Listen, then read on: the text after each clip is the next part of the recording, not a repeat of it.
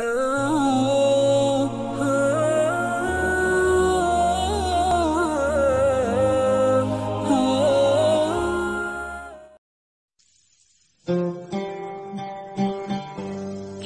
Nabi Soleh alaihissalam.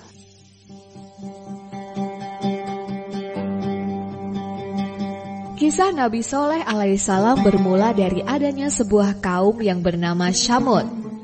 Kaum Tsamud hidup dalam kekayaan, kemewahan, dan kemakmuran karena hasil alam yang berlimpah di dataran yang disebut Al-Hijr.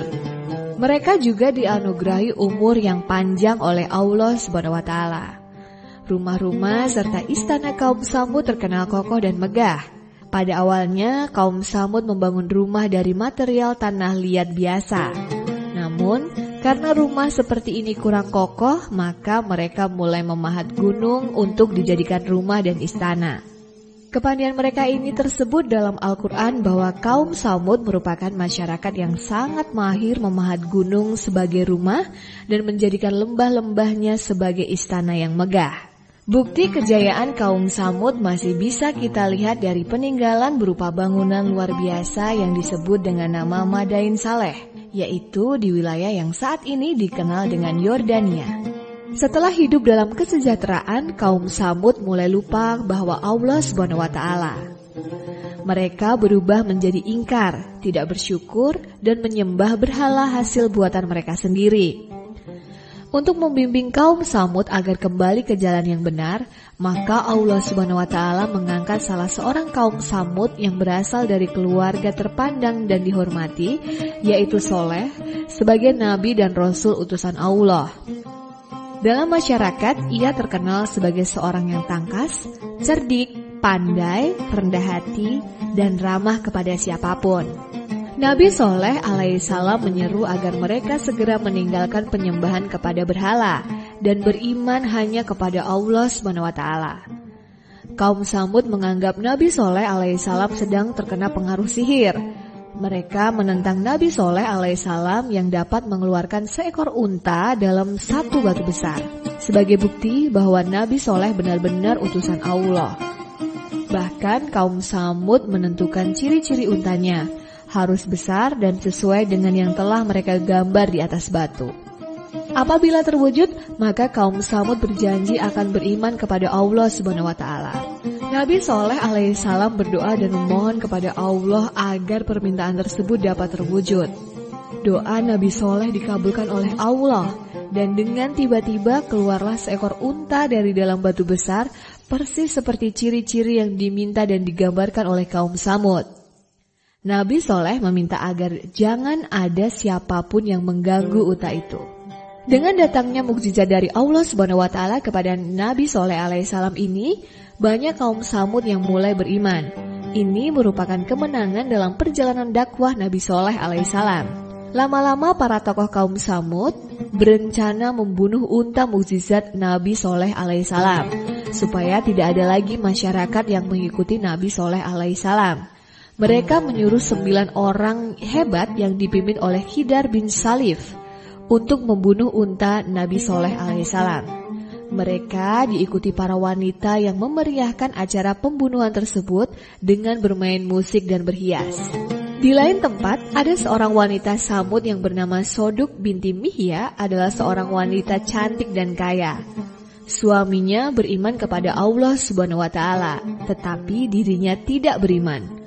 Setelah bercerai, Soduk bersedia dinikahi oleh saudara sepupunya yaitu Musri bin Muhrir dengan syarat saudaranya itu harus bisa membunuh unta Nabi Soleh terlebih dahulu.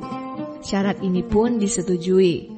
Rencana pembunuhan unta milik Nabi Soleh alaihissalam ini bahkan menjadi sebuah sayembara yang sangat ramai. Unaizah binti Humain atau istri salah seorang pemimpin kabilah Zu'ab bin Am menawarkan kepada Khidr bin Salif bahwa jika ia mampu membunuh unta Nabi Soleh alaihissalam, maka Khidr boleh menikah dengan salah satu dari 4 orang putrinya. Peserta yang mengikuti sayembara ini pun semakin bertambah dari semula 1 menjadi 7 orang. Khidr bin Salif atau pemimpin utusan para tokoh kaum Tsamud berhasil menebas tubuh unta dengan pedangnya. Unta terjatuh dan Kidar menyembelih unta Nabi Soleh alaihissalam. Kemudian ia naik ke atas gunung untuk meneriakan kemenangannya. Dengan adanya peristiwa ini, maka ancaman Allah semakin dekat, karena kaum Samud telah melanggar perjanjian. Nabi Soleh alaihissalam mendengar kabar-kabar pembunuhan unta ini.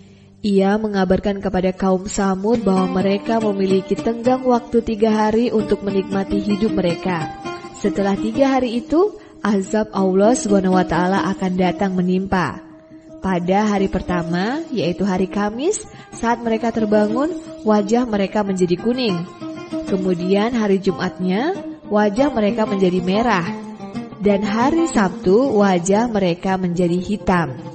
Sehari sebelum turunnya azab Allah SWT, Nabi Soleh alaihissalam beserta kaumnya yang beriman pergi meninggalkan Hijir menuju Ramlah, salah satu tempat di Palestina.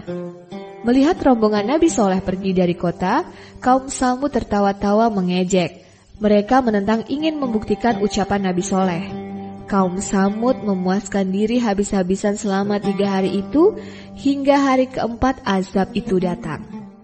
Tepat di hari Ahad atau Minggu, sesaat setelah matahari terbit, muncullah suara teriakan dari langit yang memekakkan telinga mereka.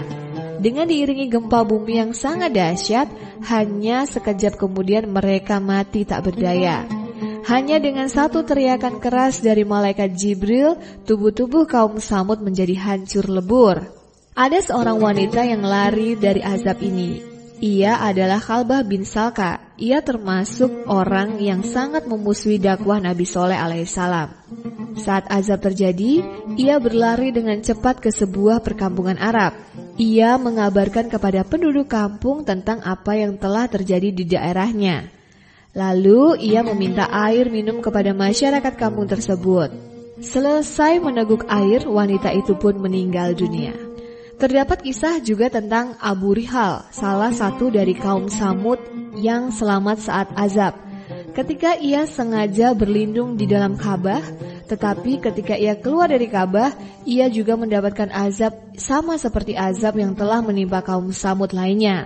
Pada saat Nabi Soleh alaihissalam beserta para sahabatnya melewati kuburan Abu Rihal, Nabi Soleh menjelaskan bahwa Abu Rihal dikubur bersama dengan sepotong emas. Lalu orang-orang menggali kuburan Abu Rihal dan ternyata benar terbukti ada sepotong emas di sana. Sisa-sisa peninggalan kaum Samud masih dapat ditemukan di sekitar Hadramaut dan kota Madain Saleh. Tempat ini dinamakan Lembah Rum atau Lembah Petra di Yordania.